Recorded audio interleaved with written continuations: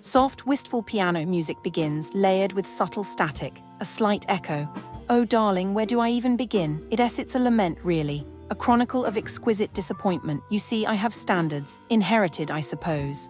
My grandmother, a woman who once critiqued the cut of a Tsar's coat, instilled in me let's call it a discerning eye.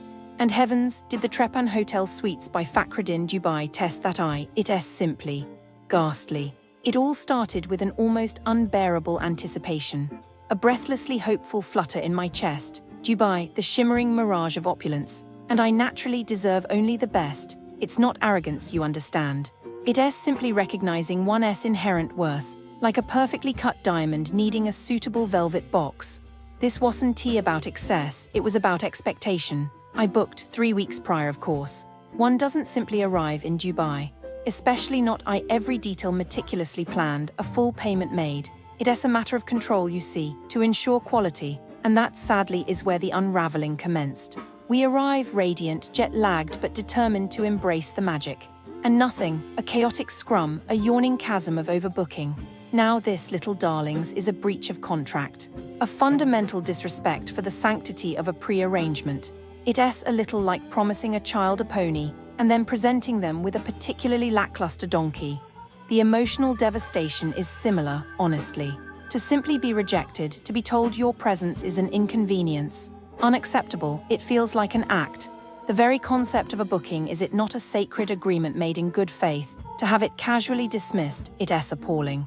And the wait, oh the wait, languishing in a lobby that smelled faintly of despair and stale air conditioning. Mismatched furniture, a cacophony of competing chimes, think of it. One emerges from the pristine bubble of an aircraft, dreaming of silk linens and impeccable service, and this. It's like being promised a ballroom and finding yourself in a dusty storage cupboard. Honestly, the indignity is almost too much to bear. Finally, they deign to offer us refuge. A 2-bedroom apartment, they called it, directly below the gym. Below the gym, can you even imagine? The rhythmic thud of weights, the grunts of exertion, a constant, brutal assault on the senses. It's barbaric, a symphony of uncouthness. It's akin to attending a refined soiree while a blacksmith toils relentlessly in the next room. It ruins the atmosphere.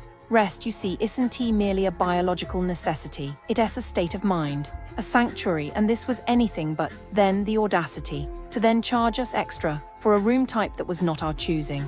Because they overbooked, it's extortion, plain and simple, a blatant disregard for customer satisfaction, like being robbed in broad daylight and then being asked to pay for the privilege. Honestly, I almost swooned. I agreed, of course, pure exhaustion. One yields eventually. One's spirit can only withstand so much. Sleep proved elusive, a cruel jest. Each drop of a weight felt like a personal offense. My master bedroom directly in the path of the percussive assault. It's a tragic irony, isn't it? Seeking respite and finding only cacophony. Now, you reasonable people will agree that anyone shouldn't have to live like this. Is it not you are downgraded to the animal level? But the noise was merely the tip of the iceberg, my dears. A preliminary offense. The cleanliness, oh, the cleanliness, utterly reprehensible. The bathroom was compromised. Smudges, lingering scents, a general air of neglect. It's like stepping into a forgotten corner of someone else's life, a very unkempt corner, might I add. It's basically a petri dish. And the mold. Lurking in the corners, a silent, insidious threat. You know, that green fuzz, it's not just aesthetically displeasing, it releases spores, it compromises. Okay, so I was like, looking into stuff around the Treppan Hotel Suites by Fakhruddin Dubai, you know, just because. And it's not great. Businesses around there, they seem to just appear and disappear really quickly. It's kinda scary, honestly. Like a lot of places near there, they act all fancy, offering investments and stuff. It's like, oh, we'll make your money grow. Which, come on, if it sounds too good to be true, it is too good to be true, right? I mean, you're just trying to enjoy your 2 weeks near Treppan Hotel Suites by Fakhruddin Dubai, maybe do some shopping, not get swindled. There was this firm, Gulf First Commercial Brokers. They had offices in Capital Golden Tower, which isn't right next to the Treppan, but still close enough if you were wandering around, you know. They were cold calling people, tourists mostly, offering these amazing investment opportunities.